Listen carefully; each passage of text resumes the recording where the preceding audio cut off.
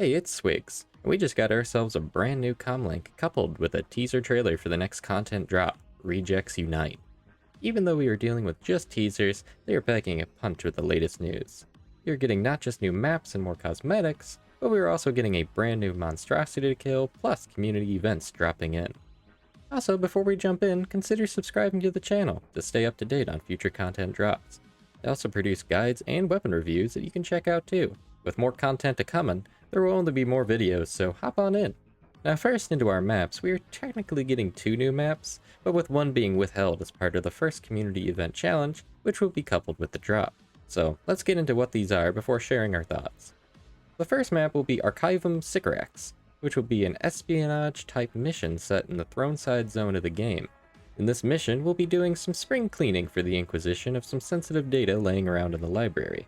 The next map, which is only to be released after completing all challenges for the first community event, will be Ascension Riser 31. This will be in the Transit Hub area and be another strike-type mission. As to the flavor of what the mission's really going to be about, it'll be something a bit more hidden until likely we progress far enough within the community event itself. But with the mission type alone and some shots we've seen in the trailer, it's pretty clear we're going to be tasked with some good old purging. Personally, I think both these maps are just gorgeous and are going to be a ton of fun to dive into once the content drops. My main gripe is that we're only going to be receiving half the missions here unless the community proves themselves enough to receive the second.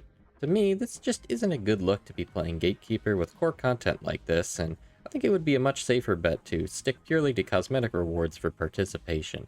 Especially with everyone having really felt the impact of the content drought that we're still experiencing effects of. But it's important to note that Fat Shark is not devoid of information when it comes to how the community is playing their game.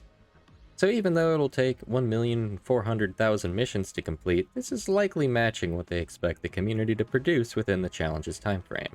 This lofty requirement is also slashed down pretty substantially by difficulty modifiers multiplying the progress achieved. With most players playing Malice and up, this number is going to be significantly easier to reach in reality. And again, my main issue really is the optics of the situation, and I've already seen plenty of commenters who feel slighted by the way it's being presented.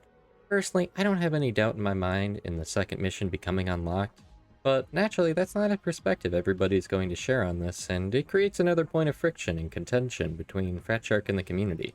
Since they are already planning 2 more community events, hopefully this will be a good learning opportunity as we dip our toes into this type of seasonal content.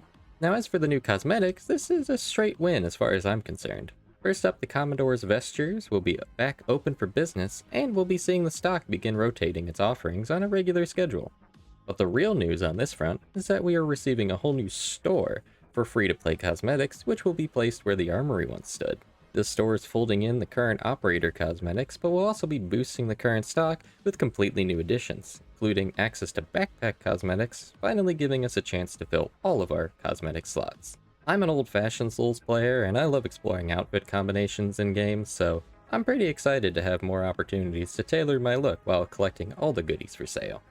And the news we've really been waiting for with this content drop in Comlink is a whole new monstrosity to slay on missions, the Chaos Spawn. And finally, I was able to see some of our data mining speculation bear some fruit too. The Chaos Spawn looks to have some aesthetic differences from its Vermintide counterpart, but they're also revamping some of its attacks and combos to give it a bit more of a distinct personality for Darktide. It seems they want to heighten its erratic, frenzied behavior, and we'll be having this little goblin leaping from person to person, threatening to rip apart any reject it bumps into. Personally, I really like this change of texture for monstrosities, and I'm really excited to see this paired with intense monstrosities like hunting grounds or specialist gauntlets, as it'll be a really challenging encounter to juggle among all the other horrors of Nurgle creeping in. Now they say this is most of what we can expect, but they've been pretty overly modest before, so we'll be keeping an eye out for any potential additions that can join the content drop to come. But otherwise, what we've seen here is really promising on its own, and I can't wait to sink my teeth into it once Warhammer Skulls rolls around. But that's it for this video. If you liked the video, drop a like, comment if I missed anything, and have a great day. See ya!